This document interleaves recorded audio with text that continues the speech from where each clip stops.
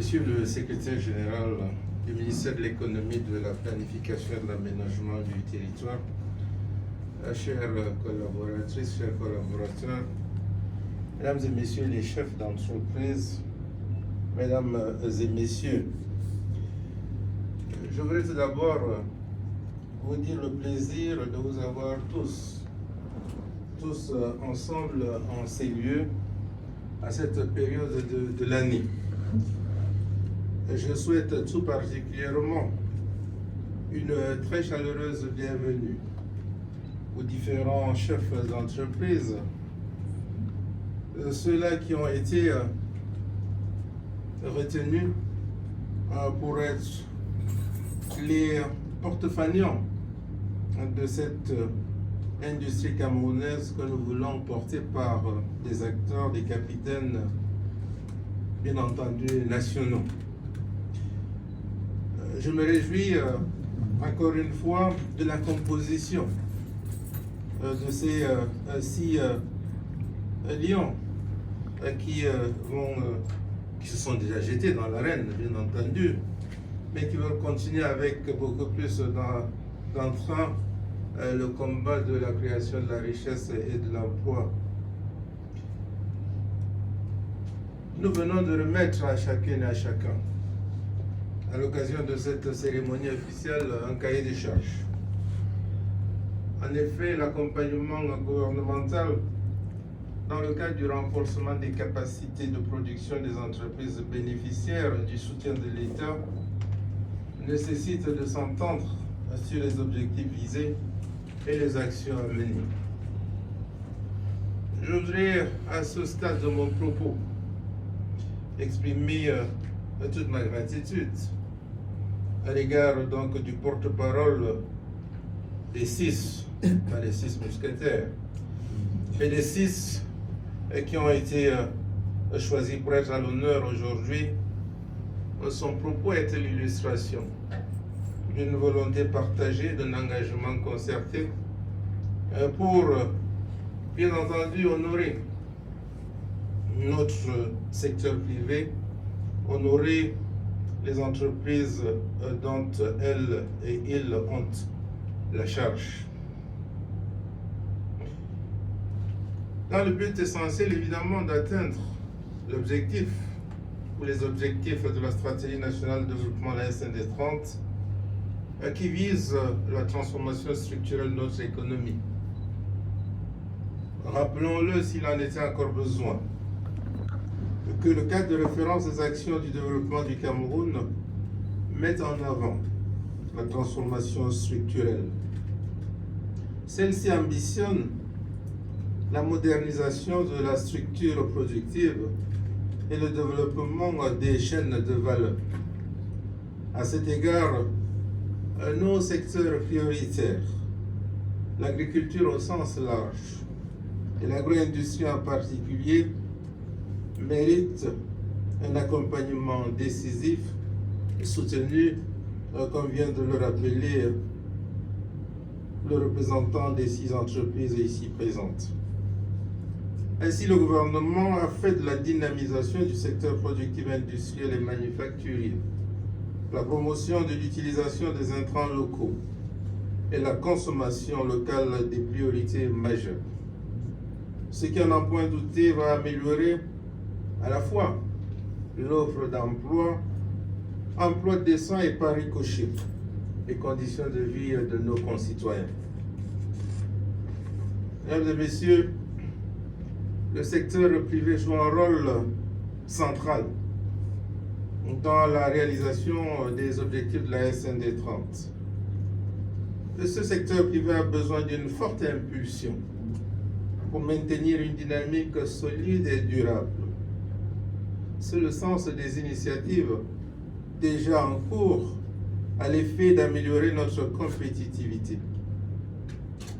Nous avons en mémoire la feuille de route du gouvernement pour l'exercice 2022.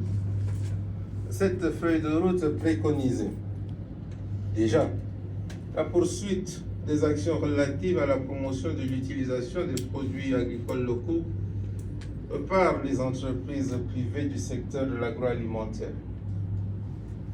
Cette activité est le fruit d'une étude menée en 2019 au ministère de l'Économie, de la Planification et de l'Aménagement du territoire. Cette réflexion avait pour thème, je cite, promotion des grandes industries du secteur agroalimentaire à l'utilisation des produits agricoles locaux dans leur processus de production.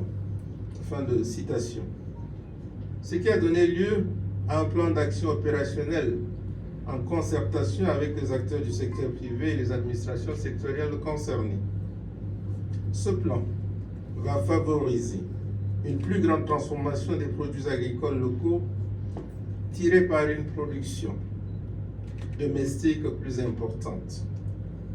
Ce plan répond opportunément aux besoins de la mise en œuvre de la capacité de production par des équipements industriels beaucoup plus robustes. Ce plan soutient indubitablement la promotion de la politique gouvernementale d'import-substitution voulue par le président de la République, son Excellence Paul Biya, et portée par le gouvernement, mise en œuvre par les acteurs, les champions nationaux ici présents parmi tant d'autres. Dans le droit fil des orientations que je viens de rappeler, les travaux menés de manière participative ont permis de sélectionner pour une première phase d'accompagnement 6 entreprises ici représentées. Elles exercent, comme cela a été dit, dans 3 secteurs d'activité: la boulangerie, la fabrication des aliments pour bébés, la production des jus naturels. Il s'agit notamment, et c'est le lieu encore une fois de plus de les saluer, de Fruits Kamsar, de NT Foodsar basé à Yaoundé, Proxima Sar, Lamana Sar et Bonne Chère Sar en activité à Douala, et le groupe La Paix Plus établi dans la ville de Bafoussam. Sur la base d'une évaluation des besoins en capacité de production, un plan d'accompagnement a été élaboré pour chacune des entreprises.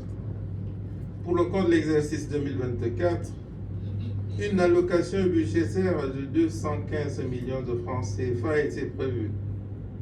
J'ai bien suivi M. Tianen qui indique que cette enveloppe est certes importante, mais seulement le début d'une longue histoire. J'en conviens, et nos résultats devraient déterminer notre chemin ensemble.